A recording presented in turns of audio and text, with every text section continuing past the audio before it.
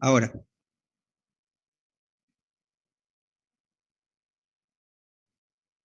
Buenas noches, bienvenidos nuevamente a una edición nueva de esta programación que tenemos de distintos invitados para conocer la realidad de distintos tópicos de nuestro país, de nuestras cosas de todos los días, y hablando de cosas de todos los días y nunca más álgido que en estos momentos, vamos a hablar de educación. Y para eso contamos con la presencia de Juan María Segura, una persona que es especialista en educación y, diciendo así muy burdamente, sabe un vagón de eso.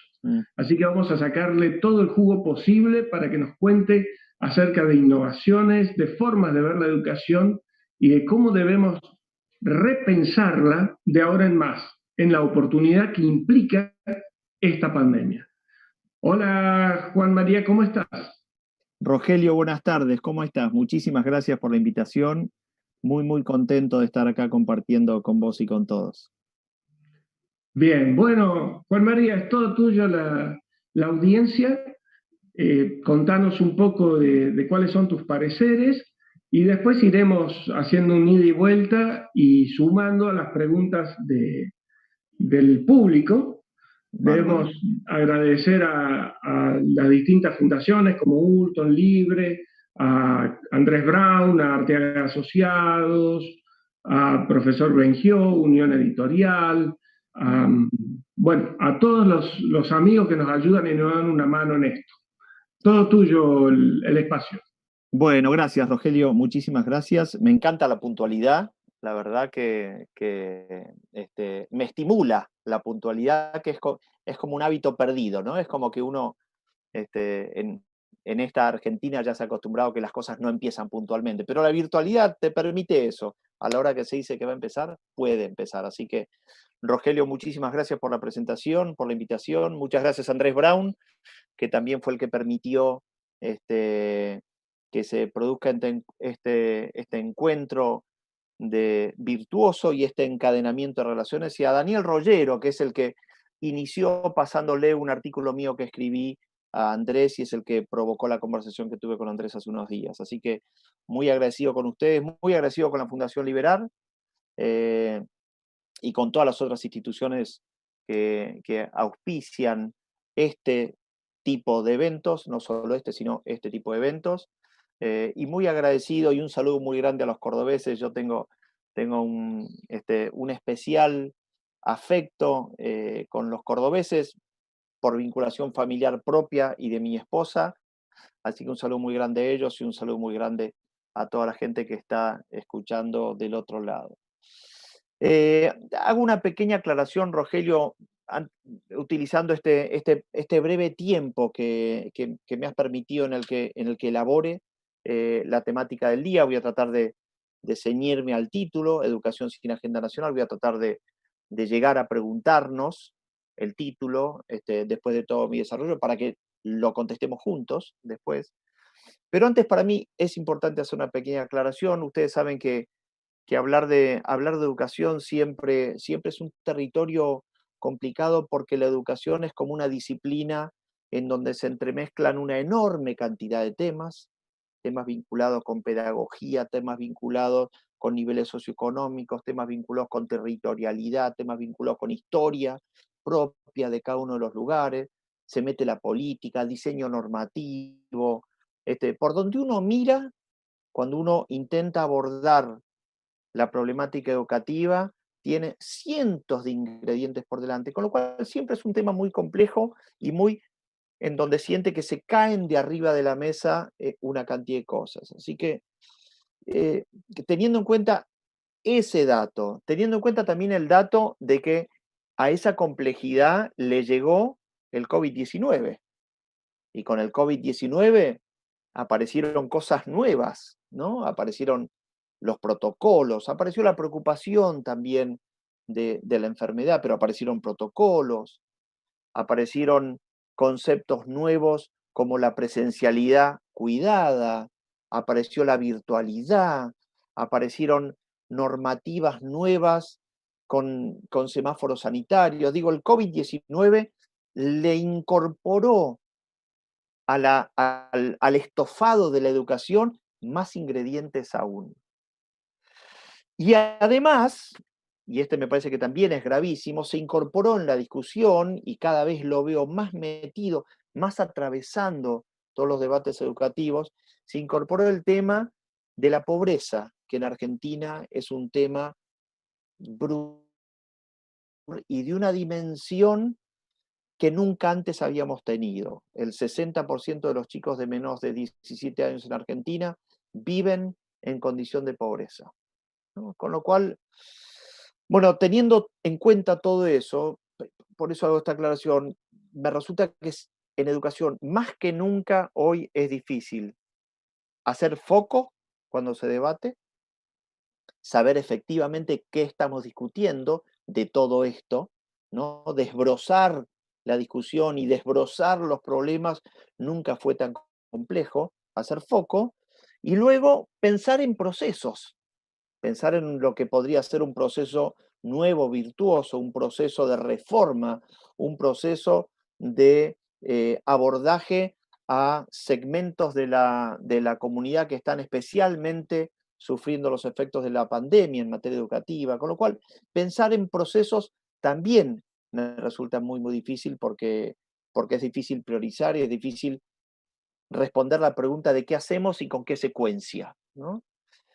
Bueno, teniendo en cuenta todo esto, yo tuve que definir un pequeño temario breve, ¿sí? Y obviamente al definirlo, es una definición muy, muy arbitraria mía, al definirlo sé que estoy dejando afuera cosas, pero no me quedaba más remedio que dejar afuera cosas. Y se me ocurrió hablar primero un poquitito de empezar por el final, empezar por la calidad de los aprendizajes. Ese es el primer tema que quiero abordar. Calidad de aprendizajes en la educación argentina. Después voy a hablar un poquitito de diseño y políticas públicas, ¿no? Vamos a tratar de entender sistémicamente qué es el sistema educativo en Argentina. Y después un tercer capítulo en donde quiero hacer algunas precisiones sobre los centennials y las generaciones que vienen luego de los centennials, ¿no? Si eso significa una novedad dentro de este debate y si esa novedad debería forzarnos a pensar y a ser eventualmente diferente. Así que voy a seguir esa secuencia, voy a terminar planteando algunas preguntas. Rogelio, si hay alguna pregunta en el medio con la que me quieras interrumpir, sentite libre de hacerlo, si no voy a tratar de abordarlo en 30 minutitos y ya. ¿Está? Bien, bien. Primero, aprendizajes. ¿Por qué para mí es importante hablar de aprendizajes? Porque creo que es en Argentina, en especial de los que tenemos referencias y de lo que nos habíamos acostumbrado a relevar en forma anual, los aprendizajes nos están indicando la magnitud del fracaso.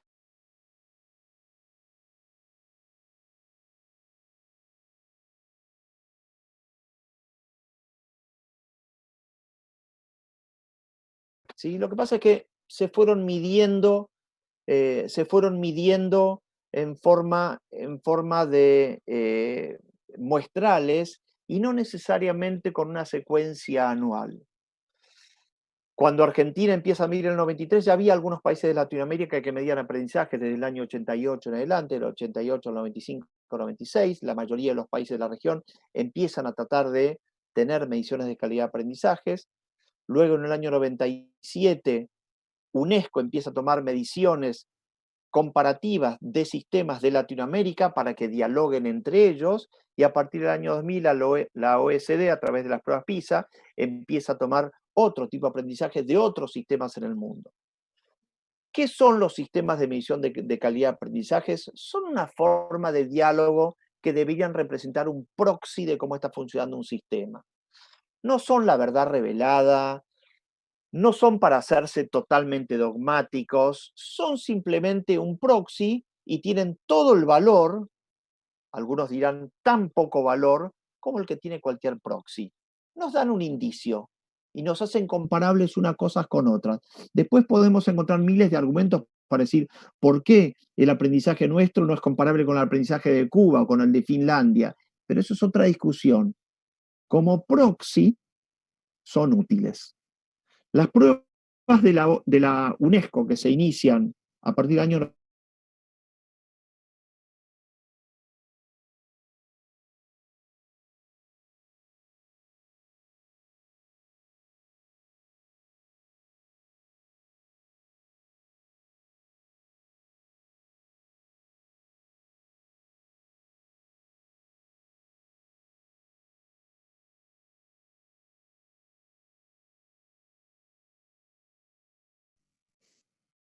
acá estoy de vuelta.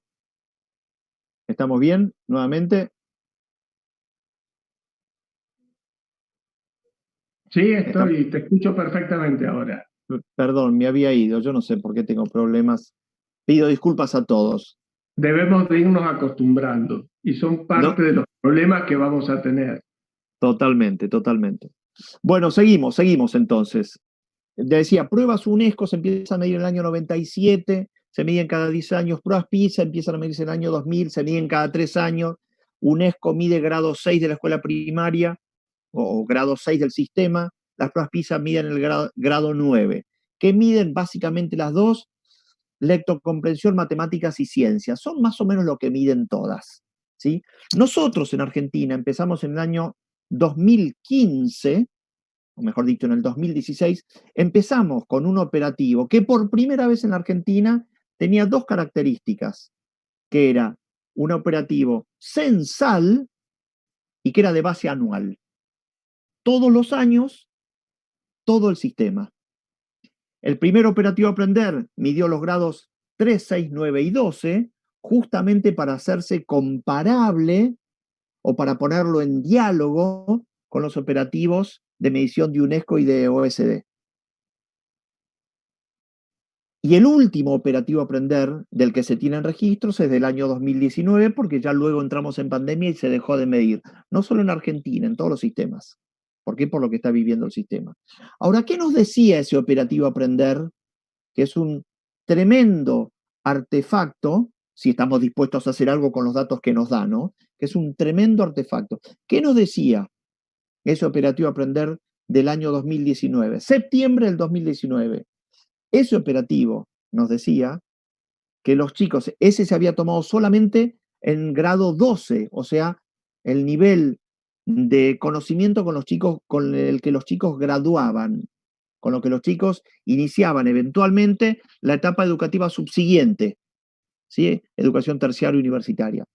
Ese operativo nos decía que los chicos terminan la escuela a nivel censal en toda la Argentina, en el área de matemáticas, solamente alcanzando niveles satisfactorios de comprensión matemática en un 28% de los casos.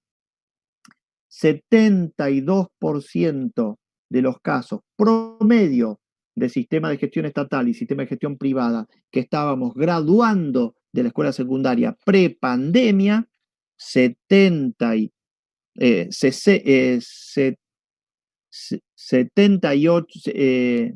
72%, perdón, se me estaban cruzando, 72% no estaban alcanzando los niveles necesarios de matemáticas.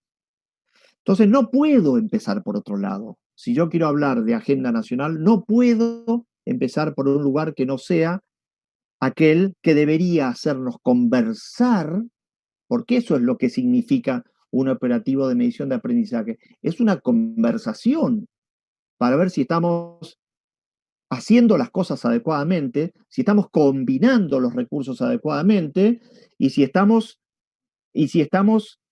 preocupados lo suficiente como para reaccionar cuando los resultados no son los resultados que esperamos. Entonces, respecto a aprendizaje operativo, aprender, año 2019, un buen mecanismo, una tragedia en los números. Una tragedia. Número uno.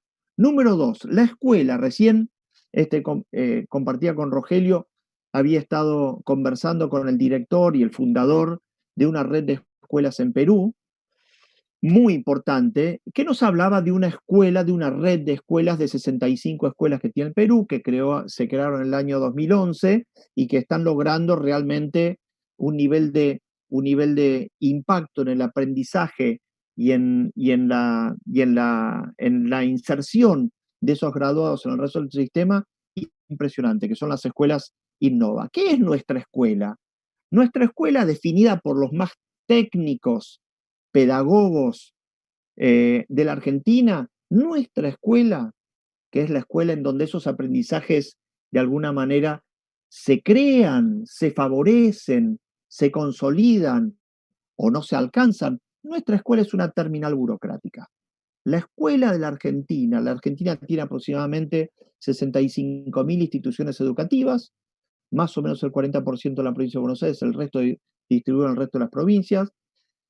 Nuestra escuela está definida como una terminal burocrática, en donde hay un director que poco puede hacer para cambiar la dinámica de esa escuela, porque está observada por un aparato burocrático centralizador, aún cuando sea la propia jurisdicción educativa / provincia la que centraliza las decisiones, centralizador y monitoreado por una burocracia estatal muy, muy ineficiente, a la que le faltan recursos, le falta capacitación y le falta interés. Esa combinación sitúa a la escuela en una posición muy, muy inconveniente para que cree aprendizajes. Y además, esa misma escuela, la escuela que se origina en la ley 1420 del año 1884, esa escuela que originalmente fue una escuela muy virtuosa, porque logró integrar, porque logró recibir, porque logró proveer contenidos y aprendizajes y saberes que no se encontraban en otro lugar, y porque se la estableció obligatoria y prioritaria para el proyecto de nación que se tenía en ese momento. Esa escuela en este momento es una escuela en donde se contiene, por lo menos se aspira a que se contenga, se los haga sociabilizar, se les dé un vaso de leche, se les dé merienda, se le permita, sirva para descongestionar el hogar y para que los adultos puedan hacer su tarea, pero en donde indudablemente ha quedado muy relegada la idea del aprendizaje.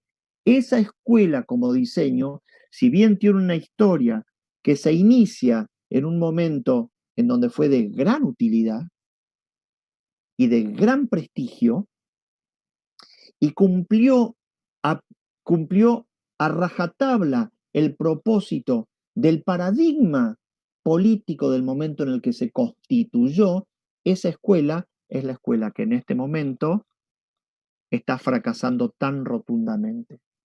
Pero la escuela esa no es una agrupación espontánea de actores y prácticas, es un diseño, es una convención, es un recorte pensado en las proporciones en las que está pensada y puesto a funcionar, que está rindiendo como una terminal burocrática.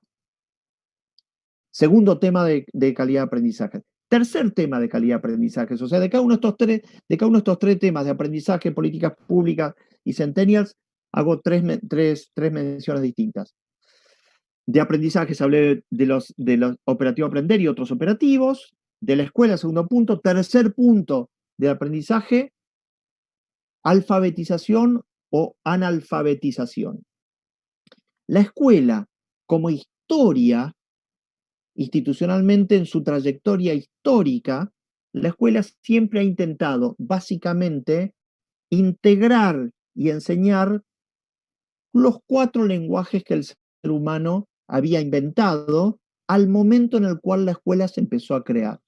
Ellos son el lenguaje oral, el lenguaje escrito, el lenguaje matemático y el lenguaje científico. Cuando la escuela como institución, siglo XVII, siglo XVIII, se empieza a pensar y se empieza gradualmente a implementar como sistema en países, se empieza a diseñar intentando crear alfabetización en esos 4 lenguajes, oral, escrito, matemático y científico, que son justamente los dominios que las pruebas de UNESCO y OECD intentan medir en sus exámenes estandarizados: lectocomprensión, mate y ciencias.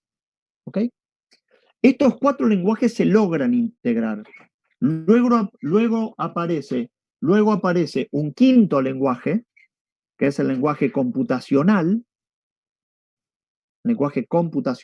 que se crea el lenguaje de los ceros y los unos, que lo crean unos locos alrededor de la industria de los microchips en los 60 y en los 70, y que se convierte en un lenguaje de diálogo, de problemáticas y de resolución de problemas, un lenguaje que el sistema educativo no adopta sino hasta ahora, que es el lenguaje de programación. Ese es el quinto lenguaje. Y finalmente, en la era de Internet, un sexto lenguaje, y lo que estoy diciendo no lo estoy inventando yo, sino que es toda la investigación de Robert Logan, que es un físico del MIT. Robert Logan es el que desarrolla toda esta corriente de investigación, y él concluye que en los últimos 15 años o 20 la humanidad ha creado su sexto lenguaje de interacción, que es el lenguaje del chat y de Internet, que se dice que es una descomposición de los géneros narrativo, literario y conversacional, y que es el lenguaje más oral de todos los lenguajes escritos. Con lo cual el sexto lenguaje, dicho por Logan, es un lenguaje que en principio la escuela, como institución alfabetizadora de lenguajes, la escuela debería incorporar. ¿Por qué debería incorporar? Porque resulta que cada ser humano maneja esos 6 lenguajes en distintas proporciones. Y este sexto lenguaje que menciona Logan es un lenguaje que es el principal lenguaje utilizado por los jóvenes y es un lenguaje casi cero utilizado por los adultos. Entonces, no solo el lenguaje no puede ser incorporado a la escuela porque no es comprendido por quienes deberían incorporarlo, finalmente es habitado ese lenguaje, pero transversalmente lo mete el joven, lo mete el alumno.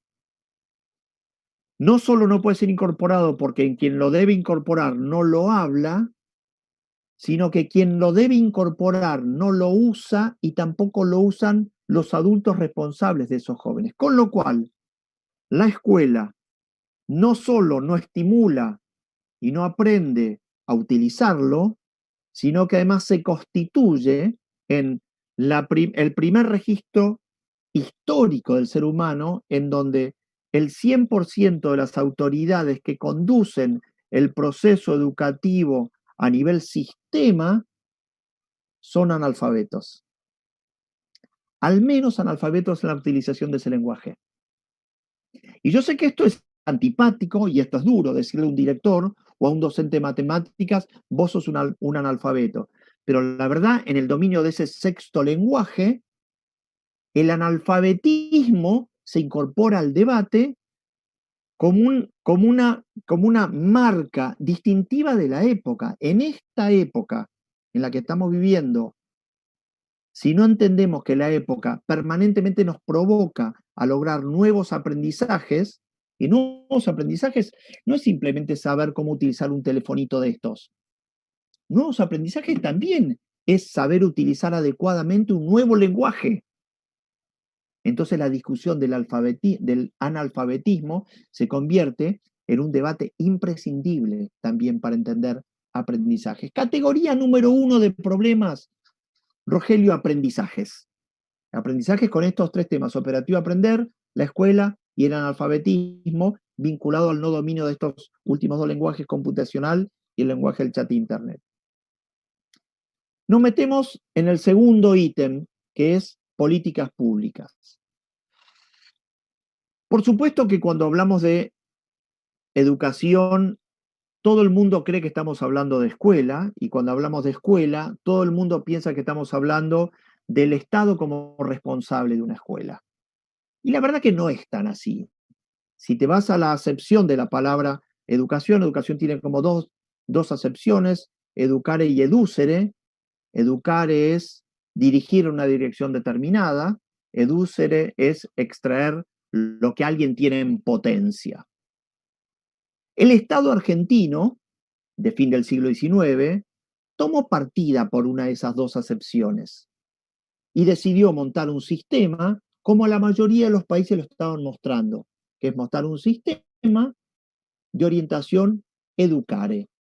Yo te voy a decir qué estudiar, cómo, a qué ritmo y cuántas horas dedicarle. Si no me creen, el artículo, la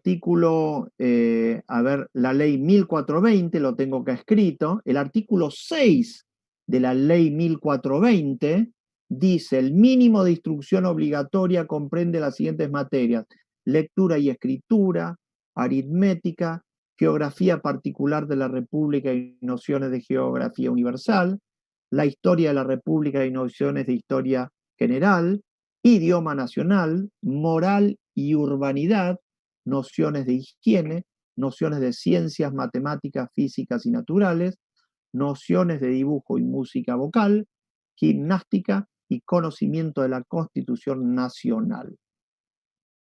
En ningún momento, ni en el momento en donde se crea el sistema, ni en ningún momento en el medio, al Estado le interesó proponer a la escolaridad, no a la educación, como un ámbito de expresión de librepensadores y de las querencias de cada uno. Nunca jamás se lo propuso. Entonces lo que tenemos que tratar de entender es si el sistema educativo que tiene la Argentina, si el sistema de instituciones escolares que tiene la Argentina es la materialización práctica a través de diseño de instrumentos de gobierno, que son políticas, de una intención política determinadamente. Lo que deberíamos tratar de entender es qué se proponía el Estado en ese momento y qué creemos que se debería proponer hoy el Estado. Bueno, el Estado en ese momento se proponía una cosa muy, muy obvia: integrar y proveer saberes que fuera de una institución diseñada de esta manera no estaban disponibles. ¿Integrar a quiénes?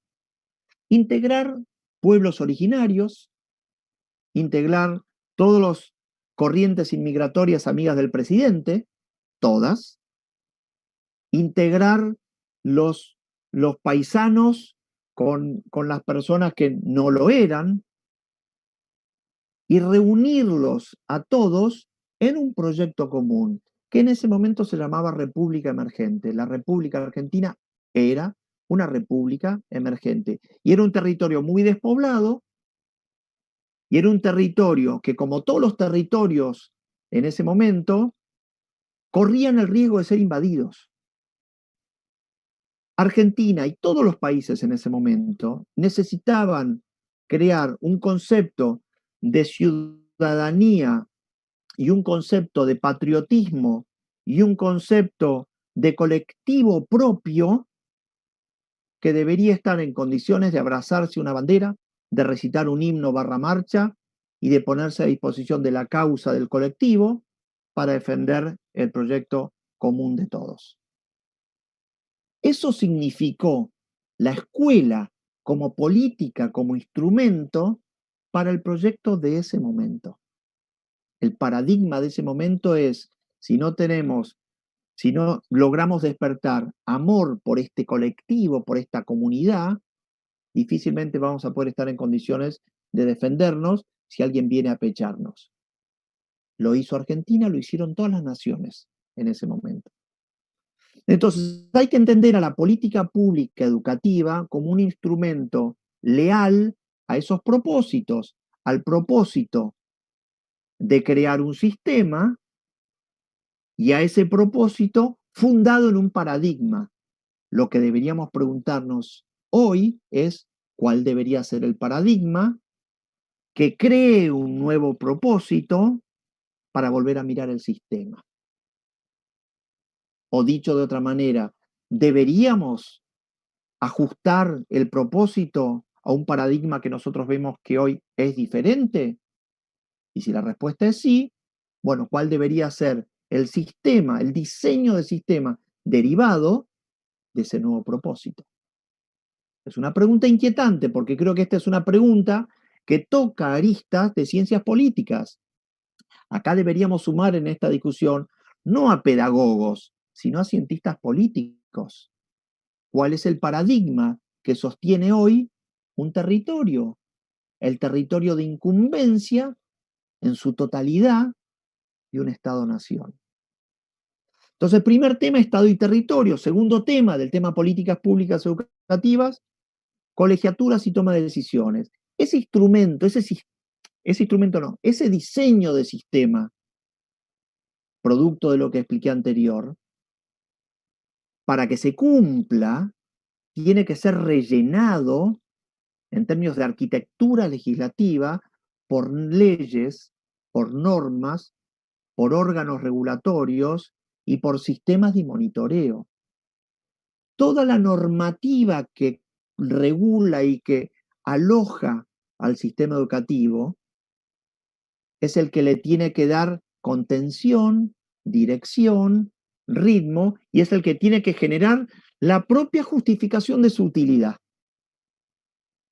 ¿Se entiende? Dentro de ese sistema, en el diseño argentino, los órganos de toma de decisiones por excelencia son colegiaturas.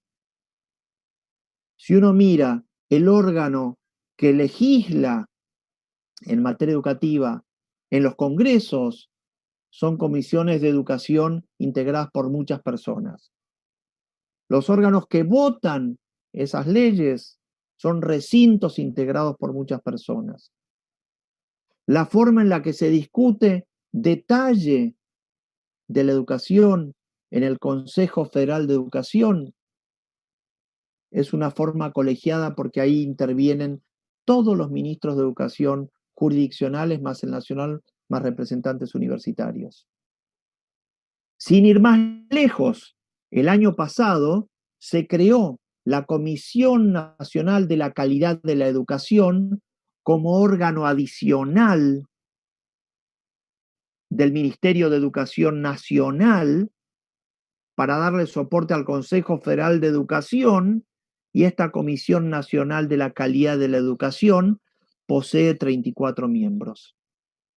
Y dentro de esos 34 miembros hay integrantes del diseño que tienen los distintos centros regionales, hay integrantes del Consejo Federal de Educación, hay integrantes de asociaciones gremiales generales, de asociaciones gremiales específicas, y hay 14 expertos incorporados a dedo por voluntad y designio del propio ministro. O sea, en el diseño de la Argentina, con esta complejidad que tiene, con esta dispersión territorial que tiene, en el dictado de leyes que intentan regular lo que dentro del sistema se intenta proveer, que son aprendizajes, todos los mecanismos de pesos y contrapesos decisorios están tomados por colegiaturas, que como se sabe, una colegiatura tiende en su práctica a obrar conservadoramente. ¿Por qué? Porque los consensos son los que atenúan los grandes cambios. Y las colegiaturas funcionan consensuadamente. Y ese consenso es el que afianza el carácter conservador de las decisiones tomadas.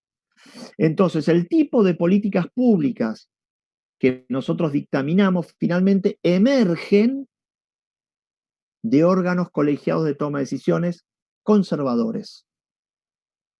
Segundo tema de las políticas públicas, que yo creo que es un rasgo muy importante.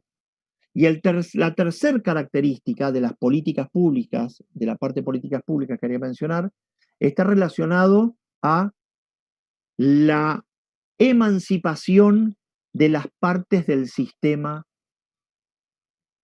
educativo. El sistema educativo, después de transitar toda esta secuencia, finalmente ha logrado que se pierda la referencia del mandato fundante original.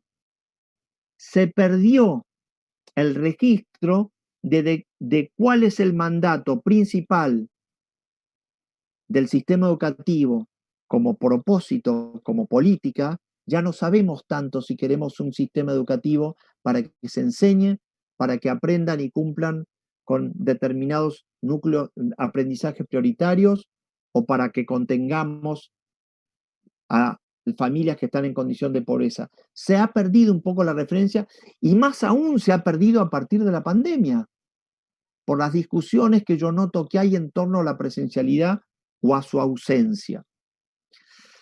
Finalmente, el desdibujamiento de este mandato fundante, sumado al hecho de la ausencia de mecanismos de premio o de castigo por la vinculación del trabajo de una parte del sistema, de la ausencia de vinculación con ese mandato original, ya no se sabe si yo trabajo bien, yo, profesor de matemáticas, si yo trabajo bien, no hay un mecanismo que finalmente premie mi tarea porque eso no se ve, no se reconoce, no se conoce cómo eso impacta positivamente el mandato fundante de todo el sistema. Y de la misma manera, si yo trabajo mal, la misma ausencia de circuito está creado, con lo cual, ¿qué hago yo? Me cierro sobre mi propio universo y milito por la causa de ese universo.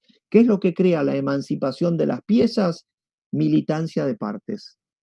La emancipación de las piezas es, en la práctica, militancia de partes.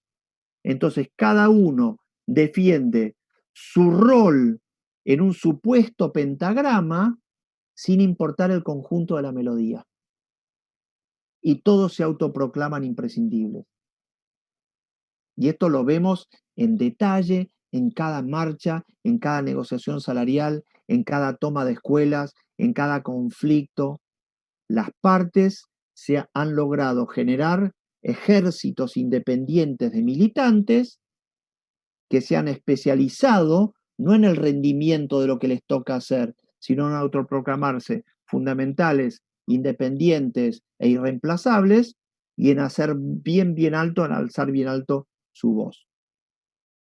Con esto termino políticas públicas, me meto rápidamente, Rogelio, en la parte de Centennial, para plantear las preguntas y de esto abrir un poquitito a la discusión general, porque sé que me estoy extendiendo.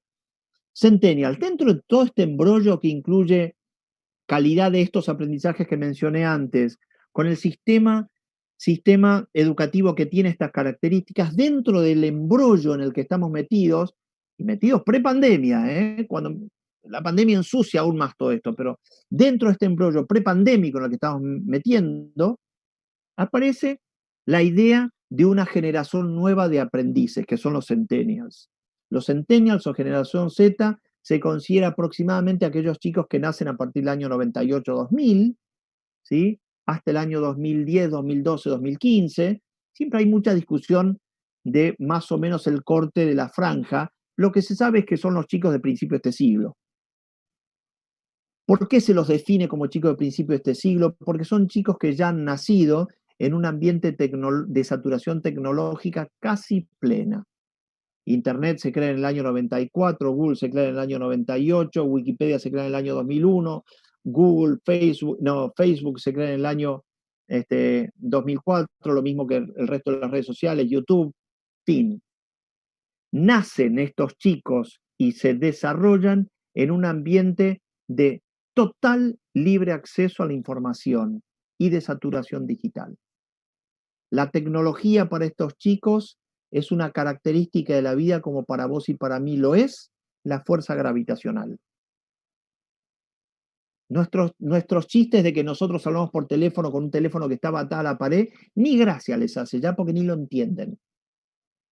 Son generaciones totalmente nacidas en ese entorno y por haber nacido en ese entorno, son chicos que están permanentemente en contacto con información.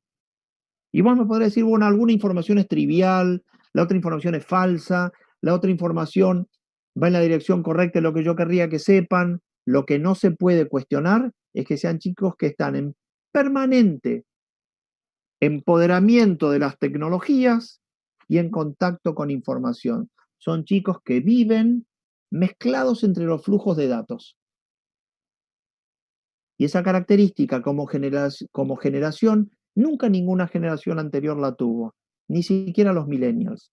Los millennials fueron como una generación bisagra, vieron lo que le estaba ocurriendo al mundo, pero ya habían desarrollado el grueso de su arquitectura, razonamiento y de sus hábitos en una sociedad analógica. No es lo que le pasa a los centennials. Y si vos mirás el sistema educativo, hoy el 80% del sistema educativo en el mundo está colonizado por los centennials. El 100% del sistema universitario está colonizado por los centennials. Tenemos que entender cómo son, porque comprenderlo nos puede llegar a dar pistas de cómo diseñarles un sistema que les resulte atractivo. Primera característica de los centennials, lo que pasa con ellos y con la tecnología. Segunda característica de los centennials, son autónomos. La tecnología ha significado para ellos un regalo y una posibilidad de ser autónomos sin que requieran mediación. ¿Qué es el sistema escolar? Un sistema de mediación. El sistema escolar como diseño es un sistema en donde algunos, deciden qué saberes recortar y cómo entregarlos dosificadamente, y otros se paran como intermediarios frente a un chico y se lo transfieren en los términos en los que consideran que se puede transferir. Ese mecanismo de transferencia a través de terceros es un mecanismo de mediación entre el chico y su entorno. La escuela es una institución mediadora y curiosamente los centennials no quieren y no se han acostumbrado a valerse de mediadores. No porque sepan, porque han visto que es un proceso, el proceso de no mediación, que les permite deambular al ritmo al que lo desean. Entonces, la autonomía es un tema clave para entender y aceptar de los chicos. Y ustedes me dirán, bueno, pero ahora se ha demostrado que cuando los chicos fueron desplazados hacia la virtualidad provocada por la pandemia, los chicos no terminaron siendo alumnos autónomos en sus hogares. No, la autonomía no es autonomía para todos los mandatos. La autonomía no se puede reclamar en la virtualidad para un proceso que solo funciona con inspectores presenciales. La escolaridad presencial tiene mecanismos de inspectores presenciales que están sobre el proceso. El docente que te mira, el que pasa por el aula, los mecanismos de mover a los chicos entre una clase y otra, hacerlos entrar y salir, son todos mecanismos de observación y de vigilancia para garantizar que el chico esté lo más despierto posible, lo más atento posible, capitalice lo más posible. Obviamente, ese diseño de sistema puesto en un formato de mediación con tecnología, obviamente genera lo que tiene que generar, que es el abandono del alumno. Ahora, la autonomía que tiene ese alumno no es para ese mandato, es para otras actividades. Con lo cual, no hay que concluir que la virtualidad ha dejado en evidencia que el centennial no es autónomo. Todo lo contrario, ha dejado en evidencia que el sistema escolar no alienta la autonomía de ese proceso, pero tampoco daña la autonomía del centennial para otros aprendizajes. ¿Ok? Entonces, el segundo tema, autonomía. El tercer tema de los centennials, último, es el tema de que viven en modo beta, yo digo, acelerado. Los centennials, habíamos dicho antes, saben, porque están en contacto con la información, usan, porque son autónomos, y prueban. Están permanentemente experimentando y se equivocan, por supuesto, pero se divierten, juegan. El chico juega con contenidos de chico, el adolescente juega con contenidos de adolescente, el grande juega con contenidos de grande. Ustedes me podrán decir que Elon Musk es un mamarracho y es un lunático, y yo creo que es una persona que captura y tiene mente de centennial. Porque juega, está permanentemente jugando, está permanentemente volando, está permanentemente provocando, está permanentemente diciendo, ¿por qué no? ¿Y por qué no? Y yo creo que el centennial tiene el ¿y por qué no? Incorporado en la forma en la que se conduce. Me podrán decir que esta generación es un fracaso en calidad de aprendizaje, porque eso es lo que muestran las pruebas a aprender, y yo digo, estamos frente a la generación, perdón que había sonado mi teléfono, le saco el sonido, estamos frente a la generación de jóvenes que tiene mayor capacidad y ejercicio de aprendizaje de la historia de la humanidad. Y porque nuestro sistema escolar es un mamarracho, los estamos calificando como si fuesen la generación que no aprende nada. Yo ahí veo una contradicción. La gran contradicción que veo es que indudablemente estamos frente a un sistema escolar, frente a un diseño de política pública que no se corresponde con el paradigma de esta época, que no solo tiene un mal diseño, sino que tiene un mal diseño y una mala gestión en el agregado, y que esa combinación sumada a una forma de observación y de acompañamiento político a través de normativa deficiente hace el cuadro aún peor, pero que todo eso finalmente redunda en lo inadecuado del sistema, pero no redunda en la capacidad de aprendizaje de los centennials por características generacionales.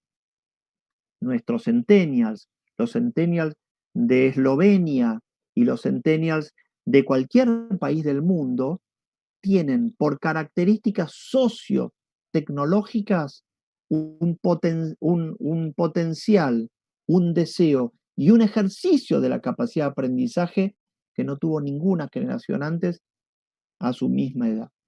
Entonces cierro con esto, Rogelio, y abrimos la discusión. Se me vienen a la cabeza tres preguntas muy sencillas. La primera ¿es factible tener una agenda nacional de educación en el largo plazo? ¿Es factible tenerla?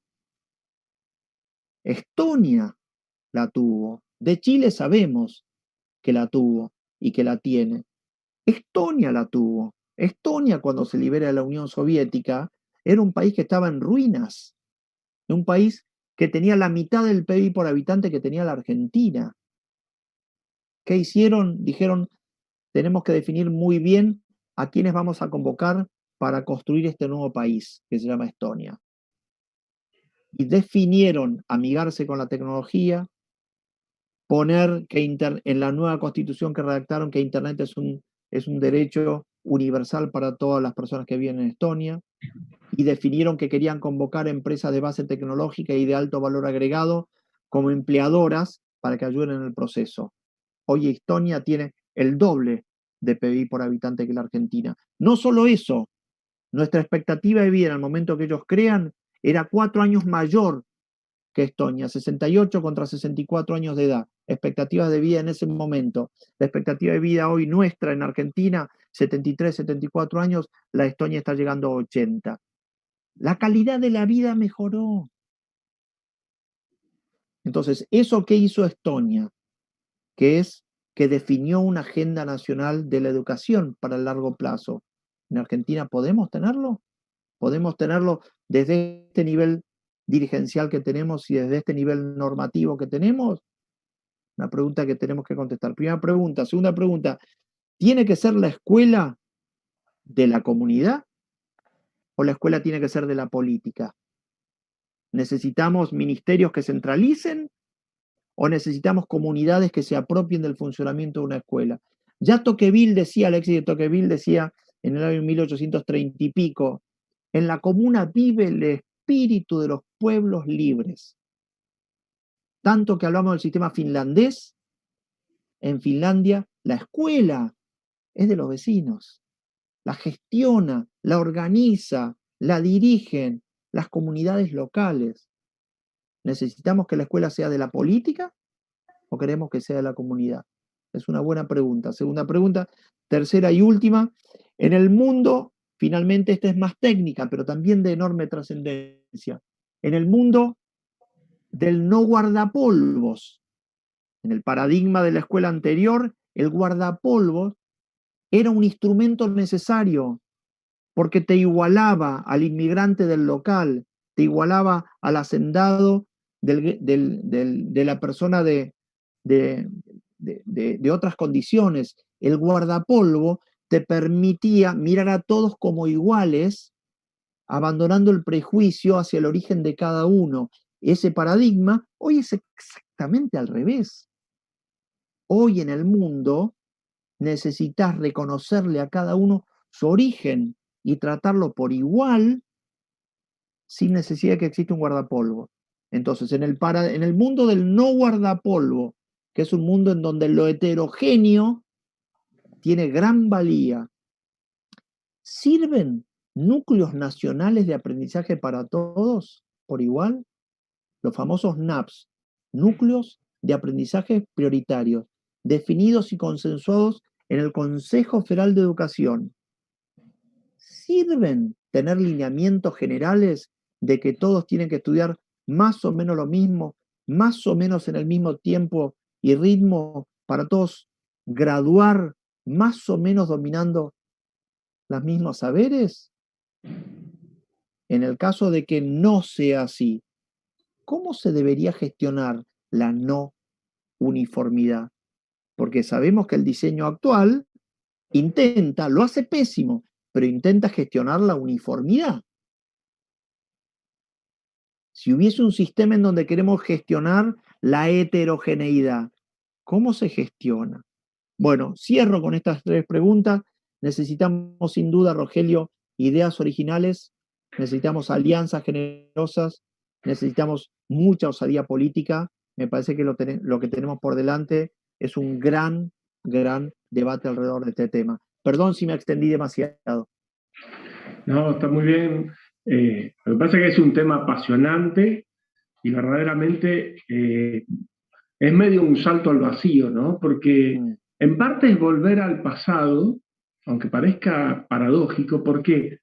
Porque la educación antes de la escuela prusiana y antes de todo esto era más personalizada, era más tipo mano a mano. Y, digamos, lo que pasa es que era muy limitada porque era para muy pocos. Pero ese concepto ya es previo, ya es previo. Me pareció muy interesante la estructura que hiciste y los niveles de análisis, porque nos presenta un nivel de intencionalidad a nivel país, un nivel metodológico a nivel docente y un nivel de deseo de parte del Z. O sea, es como que tenemos 3 niveles de análisis que van a distintos lugares. Totalmente. Yo me atrevo a agregar un cuarto. Dale. Es un problema que creo que es central en esto y que lo tenemos muy mal en Argentina, que es el problema de la casa, el problema cultural de la casa. Porque aquellos hijos de inmigrantes que venían acá y que querían colonizar o ocupar estas tierras y a los cuales, como bien decías, por una necesidad de aunarlos bajo una bandera, el 40%, a principios del siglo XX, el 40% de la gente que vivía en Buenos Aires era inmigrante, no era de acá. Sí. Entonces, la historia de Mitre, por ejemplo, formando estos héroes de bronce y demás, tenían un fin clarísimo y lógico. Totalmente. El sistema de enseñanza, como bien decías, que era el docente o la escuela era un mediador con el conocimiento porque no había forma de acceder al conocimiento si no era a través de ellos, a tal punto que tuvieron que traer profesores y maestras de afuera porque acá no habían. Ya era clarísimo eso. Y estoy totalmente de acuerdo con lo que decía de que hoy ese no es un problema, sino más bien el problema es que el alumno aprenda a seleccionar, a filtrar y a interpretar, no a adquirir. Hoy el conocimiento está a disponibilidad de todos. En ese aspecto creo que nosotros los generación X, soy cosecha 67, así que debemos ser más o menos parecidos, Sí, sí. nosotros Buena, tenemos una... buena uva la de ese año. Nosotros tenemos una ventaja superlativa, a mi parecer, a diferencia de lo que vos crees, con respecto a los Zetas. ¿Cuál es esa diferencia? Es que si nosotros nos adaptamos a los dos lenguajes extras que han venido, el informático y el conectivo, diría yo, como el último lenguaje, tenemos los 6 lenguajes y manejamos los 6 lenguajes. Y hoy los chicos no manejan los 4 primeros lenguajes. Y eso es deficiencia en parte de la casa, en parte de la escuela. Principalmente yo creo que es problema de la casa y de los docentes. Porque cada vez son más docentes y menos maestros. En el concepto de lo que significa cada vocablo, ¿no? Totalmente. Entonces, me parece que esa parte es muy importante. Ahora, bien, preguntaban... Te interrumpo un segundito ahí, Rogelio, porque mencionaste dos temas que para mí son muy importantes. El primero, el tema del hogar, y el segundo, el tema del dominio de todos los lenguajes por parte de los Z. Yo creo que el hogar en Argentina, como institución dominante del funcionamiento cultural de una sociedad, el hogar ha perdido palpitaciones, ha perdido pulso. El hogar como área en donde se modelan anhelos, donde se cincelan valores, donde se le da lugar a que corran ríos de virtuosismo. Eso se ha perdido. Y en algún momento los hogares de la Argentina eran los que demandaban una escuela que funcionase. En algún momento el padre que terminaba diciendo mi hijo el doctor, ese padre dentro de su hogar era un padre exigente en valores. Porque no decía mi hijo se compró un título de doctor, no, decía mi hijo el que logró hacerse doctor. Y ese padre tenía mérito en eso, ese hogar tenía mérito en esa construcción. Esa construcción se ha convertido al día de hoy en que mi hijo aprobó o a mi hijo lo bocharon. Mi hijo aprobó es superó por mérito propio, lo bocharon es alguien hizo que él no apruebe. Pero es que ya ni nos damos cuenta en nuestra cultura de qué manera hemos tercerizado la tarea que en principio le estamos diciendo a la escuela, a la política, a alguien que resuelva. Y yo creo que nadie la puede resolver, que el lugar en donde, de vuelta, finalmente vos construís una sociedad en valores, es el hogar. El billete de Singapur de $2 es el mejor ejemplo. El billete de Singapur de $2, que tienen la foto, no tienen ni a la ballena franca austral ni a Evita. Tiene un maestro dando clase con chicos que están escuchando y abajo una palabra que dice educación. Fin. Eso representa no un anhelo político, rescata un valor de la cultura. Rescata un valor de la cultura. Y por eso se plasma sobre ese billete. Bueno, me parece que nosotros nos hemos vuelto inmaduros e irresponsables, tercerizando nuestra responsabilidad en otras instituciones para que alguien resuelva lo que yo no hago en mi hogar. Y la vamos a pagar a esa. Bueno, suscribo cada palabra, y mientras ibas hablando me iba planteando las cosas que ibas diciendo y totalmente de acuerdo. Si la escuela no exige y los padres no exigen y los adultos responsables no exigen, es un problema muy grande, Porque decimos, la otra vez había hablado con Venegas Lynch sobre el tema de educación también, y él defendía, y me parece muy loable, muy bueno, y yo también estoy en gran parte de acuerdo, del homeschooling. Ujú, Pero, ¿y qué hacemos con el homeschooling hoy en Argentina? Si llegamos a poner algo así, ni el 1 por 1000 en ujú, la situación cultural actual de las casas, ujú. yo creo que ni el 1 por 1000 rendiría. No sé qué opinión tenés al respecto. No, yo creo, a ver, primero una pequeña mención de Alberto. Yo Alberto lo tuve como profesor en una de las maestrías que dicté, y después compartí una conferencia con él, así que un saludo a Alberto, de quien he aprendido tanto, y a quien respeto de la manera en la que lo respeto. Yo creo que el homeschooling no habría que preocuparse tanto por la masividad de su adopción como por la aceptación del concepto. La pregunta que tenemos que hacernos es, ¿el homeschooling podría ser un sistema adicional? Ni siquiera digo alternativo. ¿Podría ser un sistema adicional que corre en paralelo al sistema que tenemos ahora, que es lo que yo llamo un camión destartalado que pierde gente mientras va andando? Y yo creo que sí, que debería ser un sistema alternativo. Lo que pasa es que no logra ni adhesión cultural, ni comprensión, ni entendimiento. Adicionalmente, si uno decide adoptar un modelo homeschooling para sus propios hijos, tiene que cargarse con dos tareas.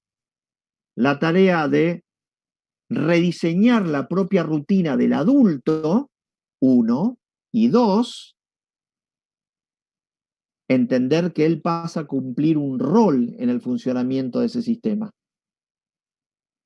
Y por lo que dijimos antes, todo indicaría que los adultos no tienen ganas de cumplir ese rol, sino que tienen ganas de tercerizarlo en un Estado, la gestión estatal, en la iglesia, las parroquiales, en un privado, el que tiene plata y puede. Pero nadie se quiere cargar con esa tarea. Nadie quiere sumarle a esta gran frustración colectiva que estamos viviendo la tarea de cargarse al hombro el tener que impulsar a sus chicos. Yo creo de cualquier manera que, que esta pandemia, con todo el mal que trajo, también trajo mucha claridad, clarificó muchas cosas. Y una de las cosas que clarificó es que el homeschooling es una buena alternativa. El homeschooling es una buena alternativa. Y me discutían la semana pasada en un almuerzo con colegas, me decían, no, pero estás creando un monstruo y en realidad el chico se pierde el abrazo y se pierde. Y la respuesta a mí es, ¿por qué se lo pierde? Se perderá el abrazo en la escuela, pero ¿acaso no puede abrazarse en el club? ¿Acaso no puede abrazarse en el barrio? ¿Acaso no puede abrazarse? ¿Por qué si yo pierdo el abrazo en la escuela no lo obtengo en ningún otro lugar más? No, no, no Sí, le la veo. socialización no es solamente en la escuela. Y No es un monopolio de la escuela la socialización. Estamos organizados de manera tal que vamos tanto tiempo a la escuela, porque es obligatoria y porque dura tantos años y porque es escolaridad extendida. Y bueno, que finalmente terminan pasando muchas cosas ahí. Lo mismo pasaría si estuviésemos presos. sí. Ahora, ¿no pensás que quizás, porque esto es un salto al vacío muy grande y debo ser honesto, yo creo que hoy culturalmente estamos en un problema que no sé cómo se asumiría. Estoy hablando de la gran mayoría de la sociedad argentina, no hablo de grupos puntuales. Quizás habría que pensar primero, como primera etapa, el colegio no como un lugar de mediación, sino un lugar colaborativo. Y de esa forma ir cambiando la estructura mental un poco. ¿Qué pensás? Debería hacerlo sin que haya ocurrido la pandemia, un lugar colaborativo. La construcción, desde el punto de vista de teoría del aprendizaje, la construcción de conocimiento es construcción contextual y social. Uno aprende no en un espacio específico, vinculado con cosas, con hechos culturales, con problemáticas concretas, con un entorno de actores y de instituciones, contextual y social. Aprende en vinculación con. Ahora, el aprendizaje social, yo lo vinculo con lo tuyo colaborativo, nadie dice que deba ser social presencial. Lo que se dice es yo aprendo en vinculación con otros. Y la colaboración es aprendizaje con otros, por definición. Entonces, yo coincido, me parece que si se ha perdido el espíritu de aprendizaje colaborativo, es por la forma en la que se ha desnaturalizado la idea del aprendizaje en la escuela. Hemos convertido la idea del aprendizaje, el descubrimiento del aprendizaje, el ejercicio del aprendizaje por el aprendizaje en sí mismo, no por el contenido. El aprendizaje como una ruta, no como una meta. El aprendizaje es una ruta.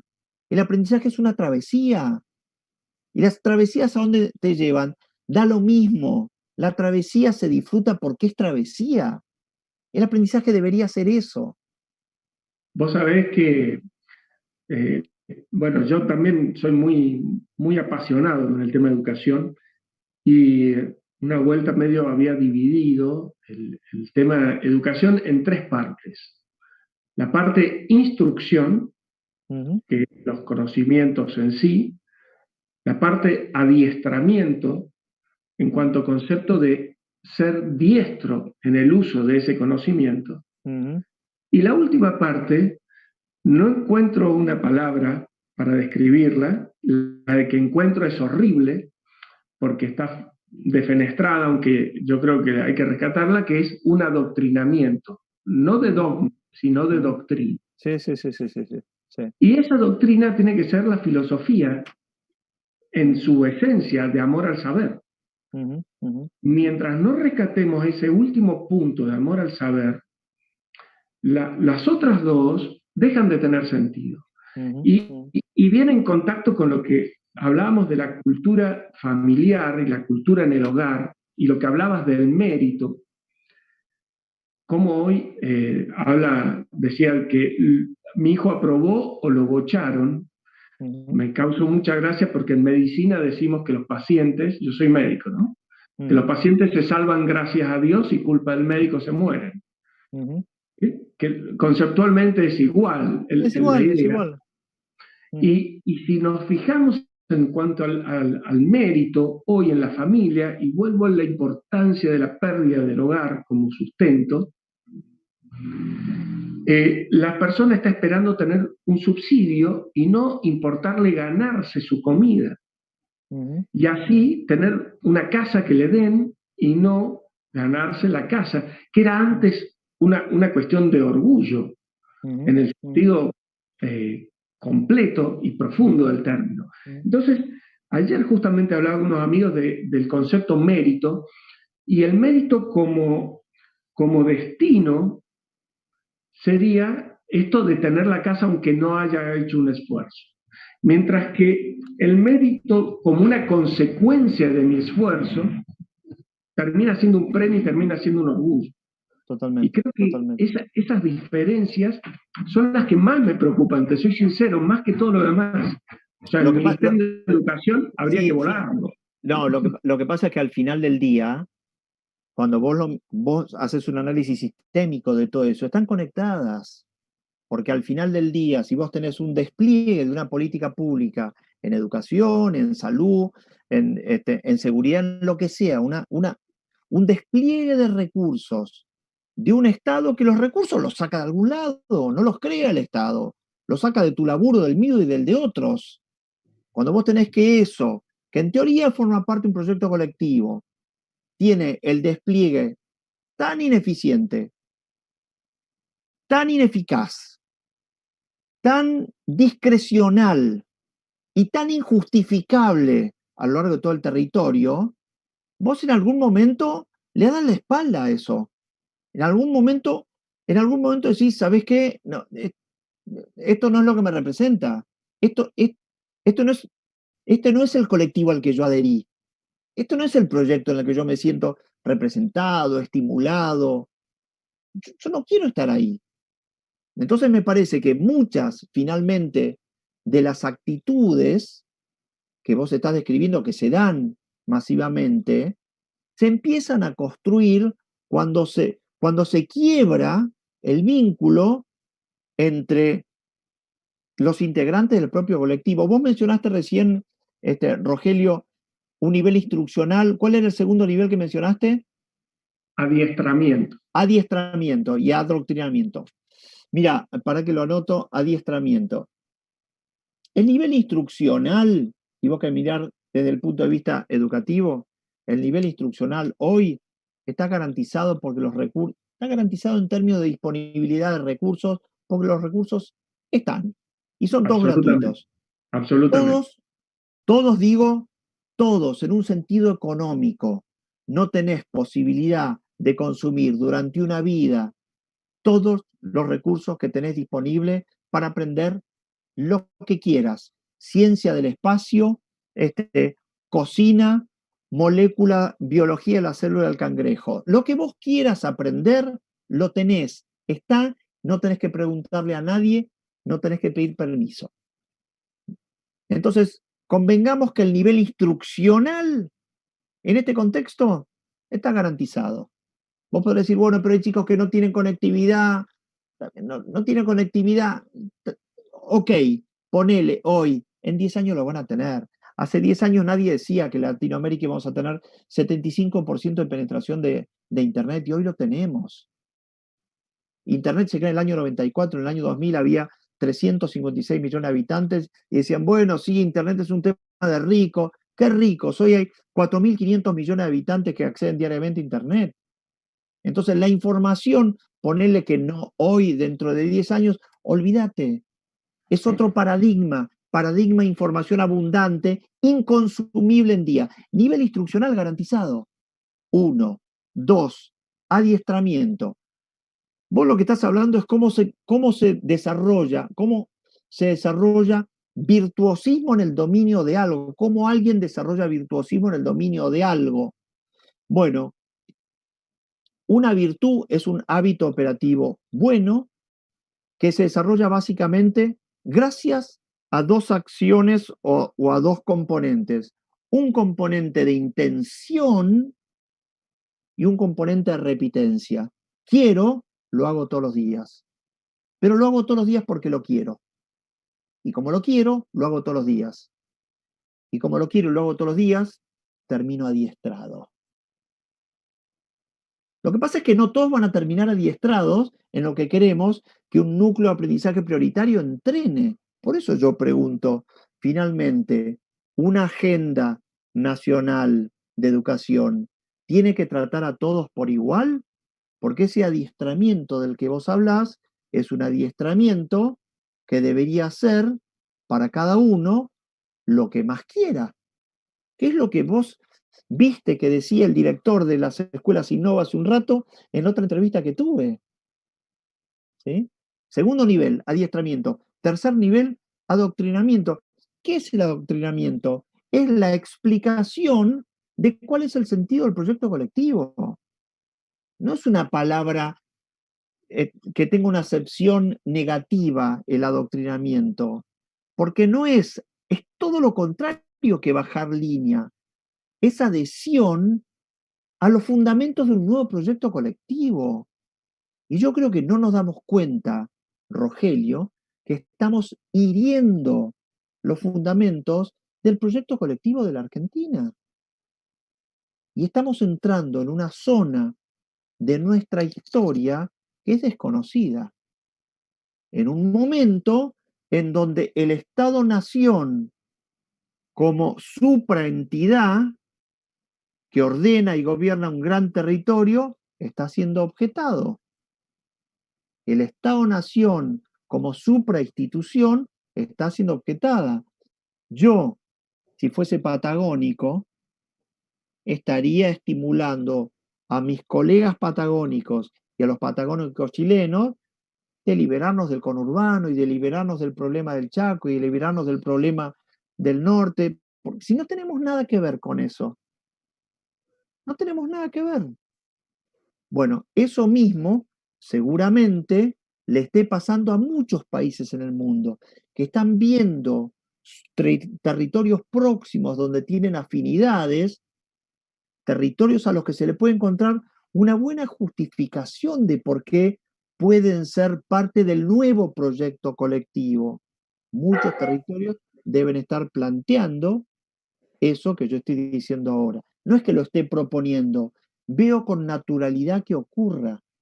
Veo con naturalidad que ocurra que en un momento ese adoctrinamiento, vos y yo hemos sido adoctrinados por una escuela, por un panteón de próceres, por una escarapela, por un himno, por una flor nacional y por un animal nacional. Obvio que hemos sido adoctrinados. En algún momento fue útil ese cuento, porque reunió, porque pacificó un territorio que si no era un territorio en el que había que estar en guardia, porque no sabías cuándo te iban a tirotear, y permitió que la gente trabaje y despliegue su vida. Y la expectativa de vida creció. ¿Por qué? Porque se vivió mejor. Bueno, por ahí llega un momento en donde eso, de tan mal que funciona este supraestado que ocupa todo este territorio, debe ser discutido. Por eso yo digo que a este debate le faltan ni tecnólogos ni pedagogos, le faltan muchos cientistas políticos. Harari dice todo el tiempo, Occidente está en bancarrota ideológica. Occidente está en bancarrota ideológica. Y bueno, si estamos en bancarrota ideológica, bueno, se vienen décadas de mucho debate, creo yo. Yo creo que se vienen décadas de Sabés mucho que debate. te escuchaba que no faltan pedagogos, faltan más cientistas bueno, yo tuve que hacer que validaran para CONEAU el servicio de cirugía en donde formamos residentes, lo cual fue un padecimiento, literalmente, desde no entender qué es lo que estábamos haciendo. Sí, claro. Y me parece que lo central en eso, y voy a volver a seguir basándome en estas tres partes que te dije, que son más o menos las tres partes que vos desarrollaste con palabras, es que los pedagogos están muy centrados en la parte de doctrina y no de adiestramiento, cuando el pedagogo tiene que darnos las habilidades de adiestramiento, o sea, enseñarnos con qué mecanismo le podemos enseñar a aprovechar los saberes al educando. Entonces, por ejemplo, yo siempre ponía de ejemplo, digo, los maestros o los profesores nuevos siguen estas tendencias actuales, posmodernistas de educación, se sientan a la par de los alumnos y creen que con eso ya están revolucionarios de la educación. Sí, sí, sí, claro, claro. Y no han entendido que tiene que seguir habiendo un cierto orden vertical básico para tener un orden, nada más que por eso, para que no sea un caos, no de imposición, sino de ordenamiento. Obvio, obvio. Pero que lo que tienen que verdaderamente darnos herramientas es acerca de cómo llevar este manejo diestro, bueno del saber. Yo a los alumnos les digo, para cirugía, o les digo, miren, suscríbanse a Telegram y ahí hay canales de libros, pero hay miles de libros, miles, o sea, no van a cansar, como bien decías, nunca leerlos, y de un tema específico, sí, claro, y de un claro. tema específico. Sí. Entonces, ¿cómo hacemos para reformularnos esto? Me parece que la idea de federalizar a un extremo la educación, porque el homeschooling, si vamos a lo conceptual, sería una federalización absoluta, porque cada casa sería un territorio federal. Sí, claro. Pero ¿cómo hacemos para conseguir esta federación, aunque sean de los barrios o demás? ¿Cómo hacemos para llevarlo y arrancarles a quienes manejan todo, que tanto les gusta manejarlo con su fatal arrogancia, sacarles ese poder? Bueno, es una pregunta difícil porque están, digo, la militancia de las piezas, como digo yo, es una militancia que es inteligente, no son improvisados. El mundo de los pedagogos, el mundo de los sindicatos, el mundo de los docentes. Yo hoy a la mañana leía un texto largo de un no voy a decir el nombre para no generar antipatías, pero leí el texto de una persona muy, muy lúcida argentina, muy lúcida, docente, ex ministro de Educación, un texto muy, muy largo, un análisis, una capacidad de pensamiento y de observación sistémica muy destacada, muy destacada. Pero claro, entre toda esa capacidad de observación se le filtran defensores, se le filtran intenciones de defensa del corporativa. Es muy difícil romper eso, es muy difícil. Yo creo que tenés que tener, por eso decía al principio, tenés que tener granos. Esto se reformula si hay un gran liderazgo político. Un gran liderazgo político. Y un gran liderazgo político no es alguien que dice, lo hago. Es alguien que dice, me inmolo haciéndolo políticamente. Me deshago, rompo mi carrera política por la causa educativa. Y me inmolo, me encadeno, elegido por el pueblo, me encadeno en la causa educativa y le quito interés, atención y relevancia a todo lo demás. Y vos me dirás, ¿puede aparecer ese loco? Bueno, sí, claro que puede aparecer. Porque por ahí ese aparece y después convence a otro y después a otro y finalmente la sociedad comprende que por ahí va la mano y ese loco puede impulsar un mecanismo de reforma. Panamá, en el año 2017, Panamá, el presidente y la ministra de Educación dijeron, vamos con la reforma. Y convocaron a Naciones Unidas o al Banco Mundial, una institución ajena, para que les coordine un trabajo de 2 años en donde reunieron a los 8 integrantes que creen que deberían estar involucrados en el debate de la nueva educación, padres, docentes, sindicatos, empresas privadas, ONG, sector social, gobierno, 8 eran. Durante 2 años estuvieron reuniéndolos, acordando entre los 8 el documento que luego todos juntitos, acompañando a la ministra, presentaron en el Congreso. Vos me decís, ¿eso se puede hacer? Obvio que se puede hacer eso. Pero necesitas un liderazgo político que en la Argentina no lo hemos tenido. Y vos me dirás, bueno, pero en la política los estímulos son otros, es cierto, las transacciones son otras, es cierto, pero bueno, al final del día los presidentes también son personas de carne y hueso, que tienen sus propias preferencias y que pueden de alguna manera encarar una agenda. Así como pueden encarar una agenda de reforma a nivel fiscal, que deberían, porque es un mamarracho la Argentina, también podrían encarar una reforma de verdad en el sistema educativo. Lo que pasa es que tienen que aceptar que la militancia de las piezas se le van a tirar encima coordinadamente. Yo participé hace 2 años en el proyecto de la formación de la Universidad de la Formación Docente en Ciudad de Buenos Aires, ayudando a un legislador oficialista, y acompañaba a la reunión de asesores y a la reunión de la Comisión de Educación en la legislatura de Cava, en donde se discutían distintos proyectos y en donde se metía el proyecto de la discusión de la Universidad de la Formación Docente. Y yo no te puedo explicar lo que era la militancia, la agresividad, la violencia con la que se presentaban los equipos de los distintos institutos de formación docente de la Ciudad de Buenos Aires en cada reunión a gritar, a insultar y a amenazar. Finalmente un día se votó la ley. Ese día hubo que hacer un vallado en el Congreso de 4 cuadras a la redonda para que se pueda votar. Digo, el que finalmente tenga liderazgo político tiene que saber que la militancia de las partes va a hacer todo el quilombo que tenga que hacer para tratar de evitarlo. Por eso digo, la osadía política es fundamental, el que las alianzas sean generosas es clave, nunca puede ser yo hago, decido, eso el siguiente lo deshace, eso no dura nada, el siguiente lo deshace. Y después tiene que haber ideas originales. Una reforma tiene que tener ideas originales, porque el mundo que estamos viviendo no es simplemente un mundo con problemas como todos los mundos los han tenido. No, esta etapa de la historia que estamos viviendo no tiene nada que ver con lo que el ser humano ha vivido nunca, jamás.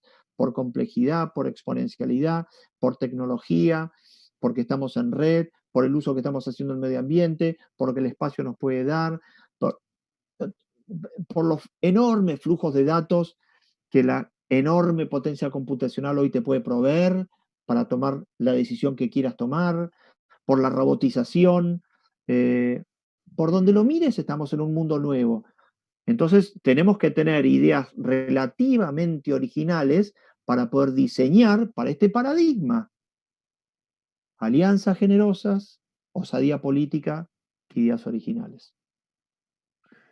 Acá pregunta Darían Calderón que qué opinás de los vouchers. Y yo me imagino que es un buen sistema federalista. Es un buen sistema porque el voucher te organiza en base a la demanda y no en base a la oferta.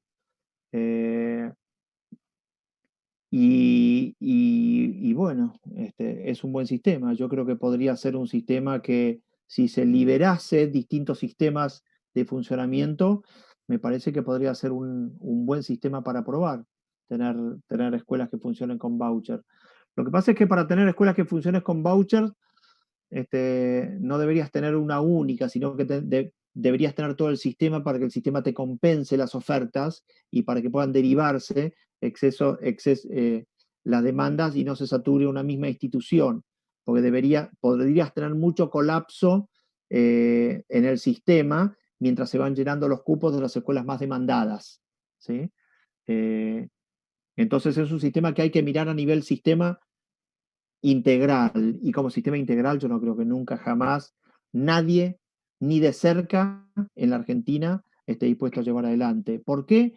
Básicamente por un tema ideológico, porque no podés, porque te van a decir, y ahí la ideología es muy, muy fuerte, te van a decir que ahí estás intentando ordenar la educación por criterios económicos y de plata, ¿no? Como si las arcas del Estado se llenasen mágicamente con dinero que cae del cielo, ¿no? Y no con laburo y con plata que genera la gente que pagamos impuestos.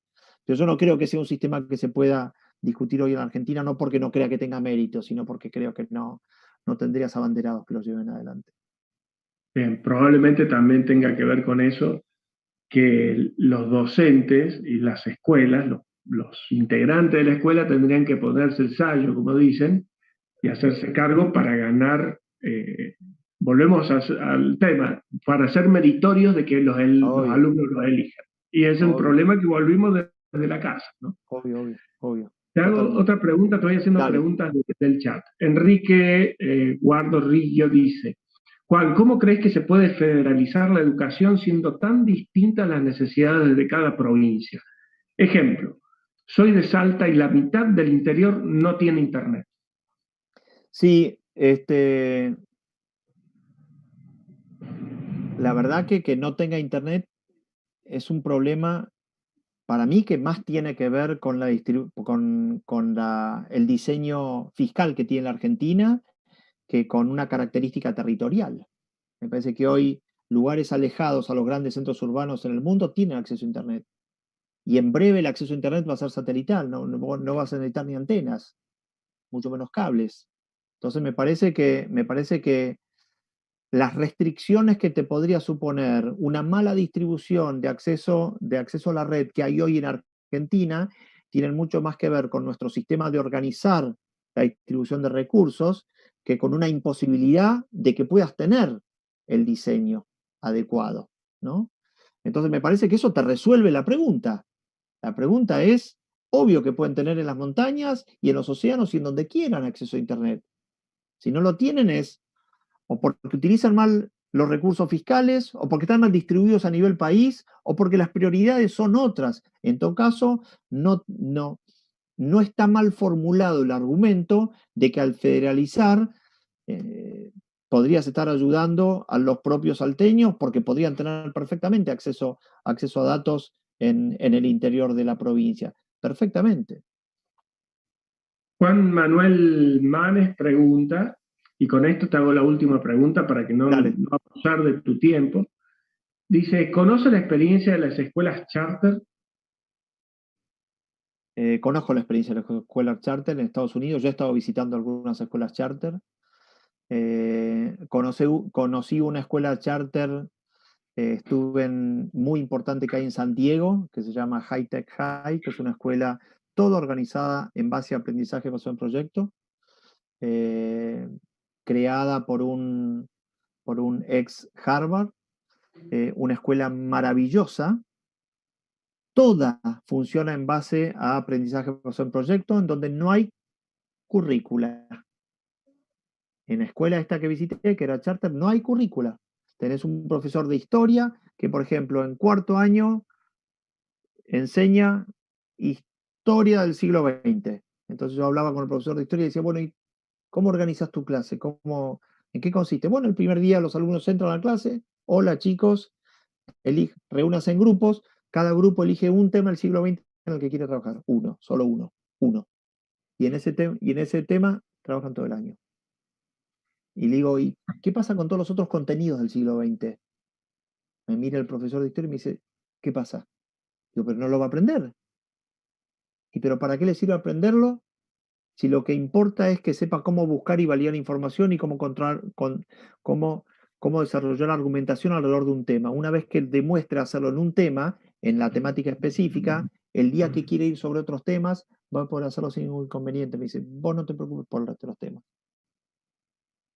Todos esos chicos cuando graduaban, 97% entraban a universidades de nivel alto en Estados Unidos, producto de ese sistema de enseñanza. Entonces digo, sí, conozco el sistema, sé que funcionan muy bien, es una posibilidad.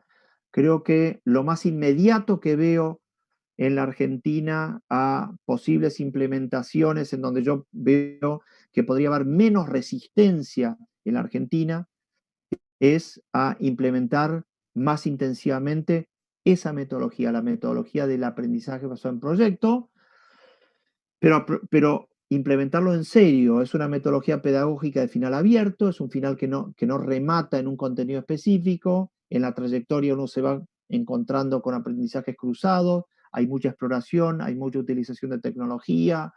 Me parece que ahí hay un buen territorio para desarrollar en el próximo tiempo.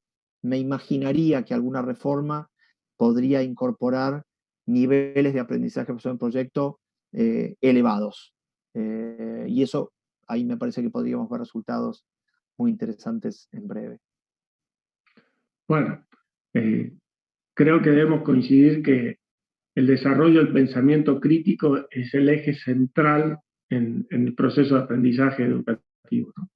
Totalmente, totalmente. Yo te diría, son dos cosas. Es el desarrollo del pensamiento crítico y es el entusiasmo por el aprendizaje. Bien. Porque entusiasmarse con el aprendizaje es una consigna clave, Rogelio, en el sistema Montessori, que es un sistema ya conocido, relativamente viejo. En el sistema Montessori, cuando los chicos de 3 años ingresan a la escuela, al jardín, el aula de la escuela en el jardín tiene como distintos rincones. En un rincón tenés la selva y los animalitos. Fernández diría, tenés además los brasileros, tenés la selva y los animalitos. En otro rincón tenés una muñeca y una bañadera. En otro tenés bloquecitos geométricos para jugar. En otro tenés libros. Cuando ingresa el chico de 3 años, la maestra no lo toca. Veamos a dónde va. Veamos a dónde va. El chico solo encuentra el lugar y la maestra lo acompaña y se le pone al lado. Y mientras el chico juega, le habla para tratar de entender qué es lo que está haciendo. ¿Cuál es el objetivo del sistema Montessori en esta primera etapa? Permitir que el chico, a partir de un área de interés en donde el chico ha manifestado preferencia por sobre otras, permitir que a partir de ese lugar el chico extienda su capacidad de concentración. Solo si extiende su capacidad de concentración va a poder estar preparándose para abordar otras áreas de interés, niveles de más complejidad.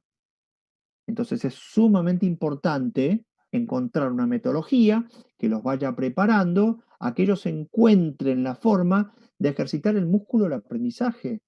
Una vez que ejercitan eso, no vas a tener ningún dominio o campo de saber que les va a resultar infranqueable. y vas a encontrar finalmente que ese virtuosismo del que vos hablabas con el adiestramiento, la intención, el quiero hacerlo, va a alimentar la repitencia. Y el adiestramiento lo vas a tener garantizado. Juan María, podría quedarme horas charlando, porque me resulta muy apasionante este tema y te digo, la concurrencia ha permanecido firme por las visualizaciones que vamos viendo. Bien. ¿Con qué querés cerrar esta charla y quedamos para seguir charlando de este tema? Bueno, Rogelio, primero cerrar con un agradecimiento muy grande a vos y toda la gente que se ha quedado conectada. Gracias por la paciencia y por las preguntas. Segundo y último, dejarles el mensaje de lo que estamos discutiendo es probablemente una de las discusiones de estrategia, de desafío de la política, creo yo, más grande que tiene la Argentina en el mediano plazo. Más grandes que tiene, y una vez que pase la pandemia, digo, esto, una vez que barramos la basura de todo este despelote, esta discusión va a estar pendiente, lo segundo. Y lo tercero es, aprender es una fiesta. Y esta frase no es mía. Esta frase es del filósofo Tomás Abraham. En algún momento lo llamé a un evento mío, estábamos hablando, que yo me dijo, para, Juan, aprender es una fiesta. Entonces tenemos que lograr mantener bien alto el lema de que aprender es una fiesta. Tenemos que nosotros ser testimonios de que como aprender es una fiesta, seguimos siendo aprendices y entusiasmados. Solamente eso nos va a colocar bien cerquita y nos va a ser útiles en un posible debate de agenda educativa para Argentina. Así que muchísimas gracias. Y a festejar que aprender es una fiesta. Perfecto. Eternos aprendices. Eternos aprendices, sí, señor. Agradecerle a Diego y a Manuel, que de la parte técnica, como siempre, impecable la puesta en escena. Y bueno, a la Fundación Hulton Libre, a Andrés Brown, a Arteaga Asociados, a Rubén Bengió, a La Resistencia y Unión Editorial, que nos dan una mano para que esto se difunda y llegue a la mayor cantidad de lugares posible. Juan, un placer y estamos en contacto. Gracias, saludos, gracias a todos.